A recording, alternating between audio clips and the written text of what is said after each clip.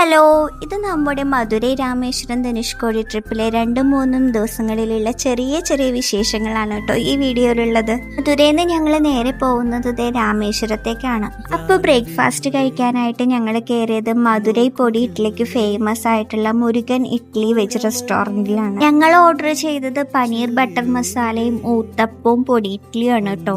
ഇതിന്റെ കൂടെ നമുക്ക് വെറൈറ്റി ആയിട്ടുള്ള കറികളാണ് കേട്ടോ കിട്ടുന്നത്. അങ്ങനെ ഇതേ മോർണിംഗ് ബ്രേക്ക്ഫാസ്റ്റ് ഒക്കെ കഴിച്ചിട്ട് ഞങ്ങൾ മധുരൈ വിടുകയാണ്.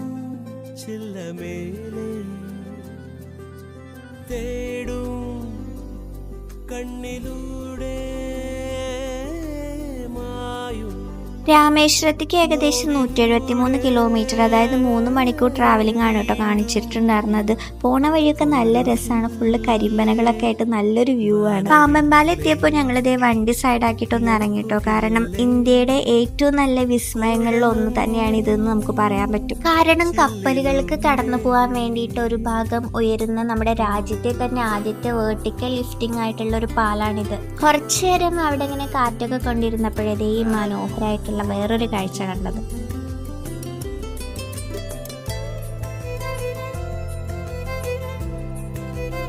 100 രൂപയാണ് രാമേശ്വരത്തേക്കുള്ള എൻട്രി ഫീ വരുന്നത്. ഒരു ഉച്ചയായപ്പോഴേക്കും ഞങ്ങൾ രാമനാഥസ്വാമി ടെമ്പിളിന്റെ മുന്നിലെത്തി. റൂമുകൾ ഒരുപാട് നോക്കിയെങ്കിലും നമുക്ക് അമ്പലത്തിന്റെ അടുത്ത് തന്നെയായിട്ട് ഒരു 1200-1500 റേഞ്ചിൽ ഒരു അടിപൊളി റൂം തന്നെ കിട്ടി. ഉച്ചയ്ക്ക് എത്താനായിട്ട് ലേറ്റ് ആയതുകൊണ്ടും പിന്നെ ഇടയിലൊന്നും കഴിക്കാത്തതുകൊണ്ടും എല്ലാവർക്കും നല്ല വിശപ്പുണ്ടായിരുന്നു. അപ്പൊ റൂമിന് നേരെ ഓപ്പോസിറ്റ് ആണ് ഈ ഒരു ഹോട്ടൽ ഉണ്ടായിരുന്നത്. നല്ലൊരു അടിപൊളി തമിഴ്നാടൻ സദ്യ തന്നെ പറയാട്ടോ. അങ്ങനെ നല്ലൊരു സദ്യ കഴിച്ചിട്ട് ഞങ്ങൾ നേരെ റൂമിൽ പോയി കുറച്ചു നേരം റെസ്റ്റ് ചെയ്തു കേട്ടോ. എന്നിട്ട് നേരെ ധനുഷ്കോടിയിലേക്ക് പോയി. കാരണം 5:30 വരെയാണ് ധനുഷ്കോടിയിലേക്ക് എൻട്രി ഉള്ളൂ. ധനുഷ്കോടിയിലേക്ക് പോകാനും ചെറിയൊരു എൻട്രി ഫീ വരുന്നുണ്ട്. അവിടേക്ക് പോയപ്പോൾ ശരിക്കും ഒരു മഴക്കാലം പോലെയാണ് കേട്ടോ ഫീൽ ചെയ്തത്. അധികം ചൂടൊന്നും ഇല്ലാതെ നല്ലൊരു ക്ലൈമറ്റ് ആയിരുന്നു ഉണ്ടായിരുന്നത്. 2 സൈഡും കടലും നടുക്കൂടെ ഒരു റോഡും. നമുക്ക് ശരിക്കും അതൊരു അത്ഭുതമായിട്ടാണ് കേട്ടോ തോന്നുന്നത്. വെക്കേഷൻ ടൈം ആയതുകൊണ്ട് ഞങ്ങൾ പോയ സ്ഥലങ്ങളിലൊക്കെ അത്യാവശ്യം നല്ല തിരക്കുണ്ടായിരുന്നു.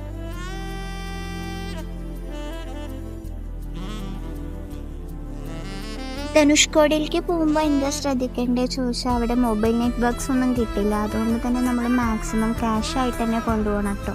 അവിടെ ഫോട്ടോ എടുത്തിട്ട് നമുക്ക് അപ്പം തന്നെ പ്രിന്റ് ചെയ്ത് തരും കേട്ടോ. അതിന് 100 രൂപയാണ് ഒരു ഫോട്ടോയ്ക്ക് വരുന്നത്.